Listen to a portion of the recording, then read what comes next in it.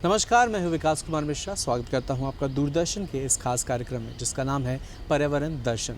दर्शकों, जल ही जीवन है। जल के बिना हम जीवन की कल्पना नहीं कर सकते। वहीं अगर पर्यावरण की बात करें तो पर्यावरण धरती पर रहने का आधार है। कह सकते हैं कि अगर हम पर्यावरण को प्रदूषित नहीं करेंगे तो हम अपनी जीवन को अच्छी तरह व्यतीत कर पाएंगे इस धरती पर। और इस पहलू पर हम आज चर्चा करेंगे। हम बात करेंगे जल संसाधन और पर्यावरण की। और इस पर चर्चा करने के लिए हमारे साथ मौजूद हैं मोहम्मद राशिद फारूकी जी, जो उप मत्स्य निदेशक हैं। सर, आपका बहुत बहुत स्वागत है हमारे इस खास कार्यक्रम में। नमस्कार सर, कार्यक्रम की शुरुआत में मैं चाहूँगा सबसे पहले आप हमारे दर्शकों को बताएं जल संसाधन और पर्यावरण क्या है, इस पर थोड़ा प्रकाश डालें। सभी दर्शकों को मेरा नमस्कार। सबसे पहले मैं विश्व के जो उपलब्ध जल है उसके बारे में हम बताना चाहेंगे। पृथ्वी पर जो भी जल है उसमें 97.3% खारा जल है, जो हमारे पेयजल के लिए उपयुक्त नहीं है। 2.07% जो जल उपलब्ध है वही जल हमारे लिए शुद्ध जल है, जिसकी हम आम जीवन में इस्तेमाल में लाते हैं। एक सर्वे के अनुसार विश्व में 2.8 बिलियन लोग साल के एक महीने में वाटर की कमी से जल संकट से जूझते हैं। वहीं 1.2 बिलियन लोग जो है विश्व में, जिनको शुद्ध जल जो है अभी भी उपलब्ध नहीं हो पा रहा है। और बिहार के परिप्रेक्ष्य में जब हम बात करते हैं तो हमारे यहाँ जो जल संसाधन वर्तमान में उपलब्ध है वो जल पौंड है और जलकर है, जिसको पौंड एंड टैंक्स हम बोलते हैं, वो 95,000 हेक्टेयर है।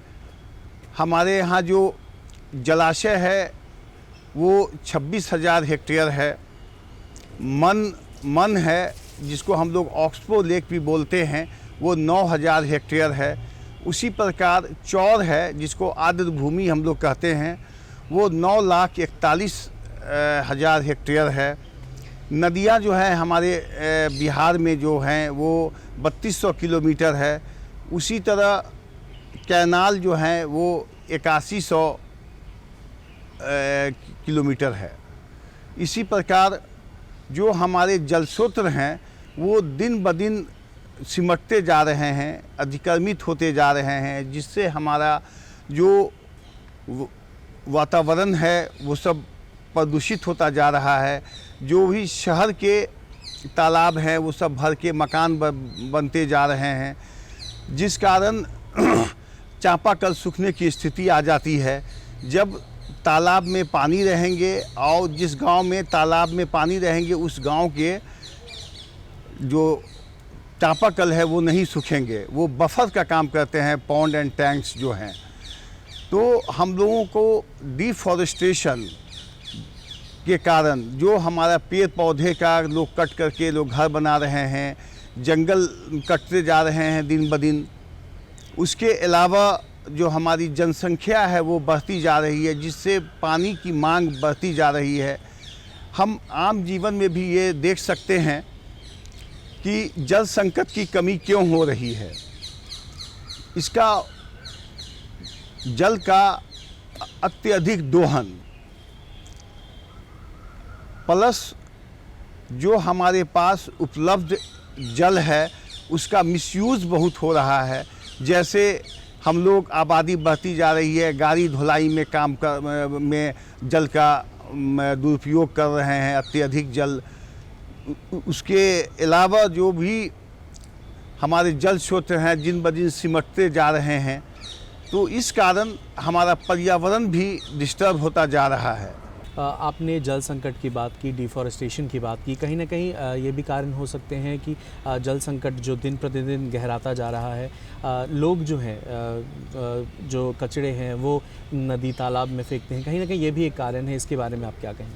जितना भी वेस्टेज है शहर का जितना भी वेस्टेज है वो आप देखते होंगे सभी बगैर ट्रीटमेंट किए हुए वो तालाब में जा रहे हैं, जिससे जल प्रदूषित हो रहा है, जानवर हमारे वो पानी पी रहे हैं, उससे उनको बीमारियां हो रही है।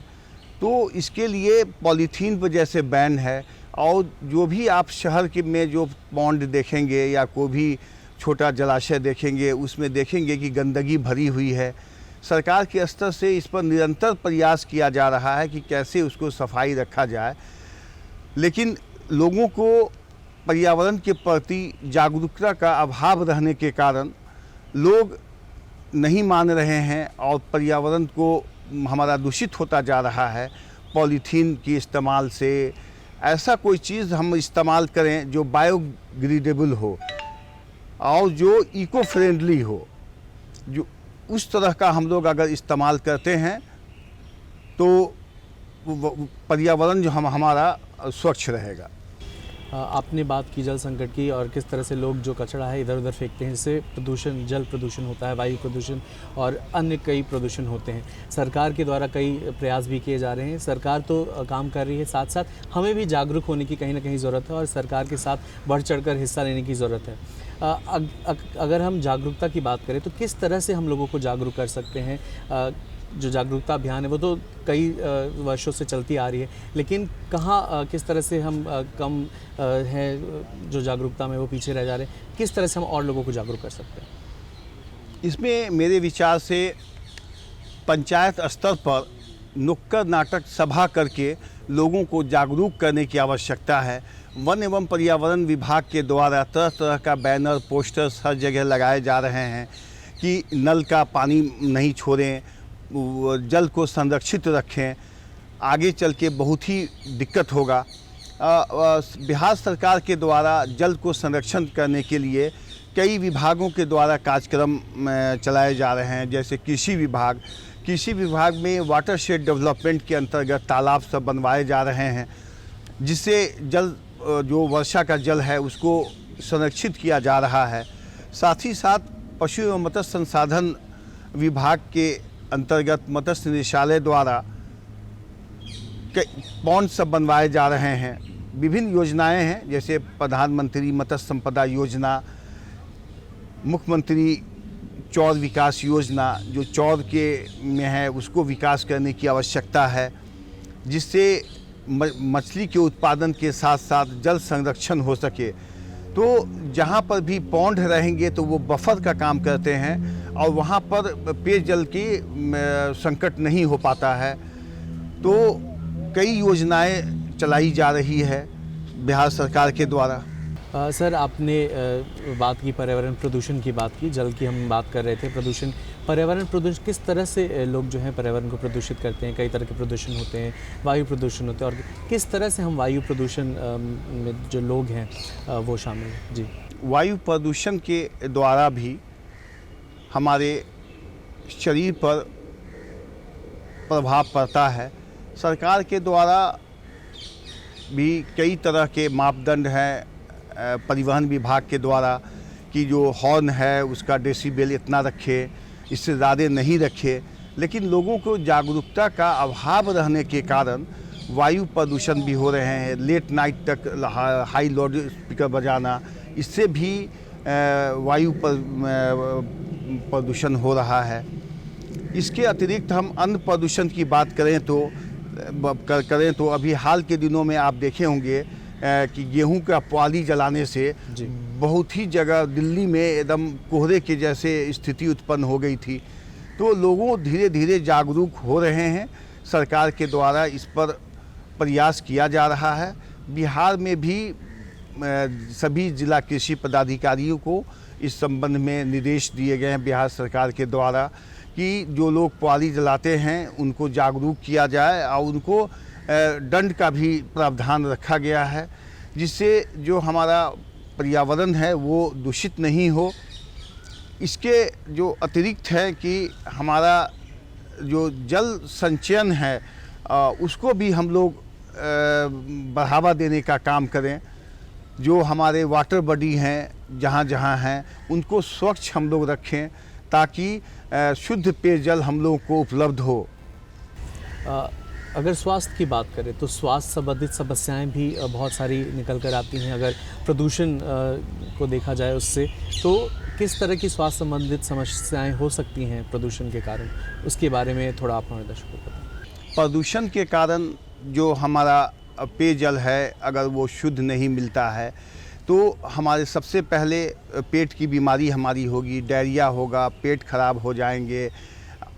आंत्रशोथ कहते हैं, आंतरी में सूजन हो जाना वो है। पानी अगर स्वच्छ नहीं है तो उससे किडनी पर भी इफ़ेक्ट पड़ता है। और जाड़े के दिनों में आप देखेंगे कि पानी की कम अवेलेबिलिटी के कारण खून जो है, आदमी का रक्त जो है वो गाढ़ा हो जाता है। तो जो ब्लड प्रेशर के जो लोग हैं उनको हार्ट अटैक का चांसेस बने रहते हैं। उसी तरह हमारे जानवरों में भी अगर इस तरह की रहती है समस्या रहती है, पानी अच्छे नहीं मिले या प्रदूषित पानी मिले, तो जो डाइजेशन है मनुष्य में भी या जानवर में भी डाइजेशन जो है वो प्रभावित होगा, जिससे उनका हेल्थ जो है वो अच्छा नहीं रहेगा, जिससे कठिनाई होगी। आगे चल के पानी की कमी के कारण अगर पानी लोग नहीं मिलते हैं तो किडनी पर भी इफ़ेक्ट पड़ता है। तो इसका बहुत सारे कुप्रभाव स्वास्थ्य पर भी पड़ रहे हैं। सॉइल पोल्यूशन की बात करें तो सॉइल पोल्यूशन के बारे में आप हमारे दर्शकों को बताएं, किस तरह से ये सॉइल पोल्यूशन है वो होता है, उसके बारे में थोड़ा प्रकाश डालें। सॉइल पोल्यूशन के इसमें जो हमारा जो खनन का जो है, खनन जो है वो अत्यधिक कहीं कहीं किया जा रहा है, जो खनन मापदंड के विपरीत है, जिससे सॉइल पोल्यूशन हो रहा है। कहीं कहीं पर ये है इरोशन हो रहा है।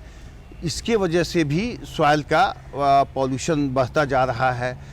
और सॉइल का कटिंग, नदी के किनारे कटिंग होता जा रहा है। फ्लड जो आते हैं या सुखाड़ होता है, उससे भी सॉइल पोल्यूशन हो रहा है। वैसे देहात के लोगों में जो कहते हैं कि फ्लड आता है तो नई मिट्टी आती है तो जिससे फसल अच्छा होता है, ये भी एक उसका निगेटिव एक एस्पेक्ट को लोग पॉजिटिव में मानते हैं कि फ्लड आने पर खेती अच्छी होती है।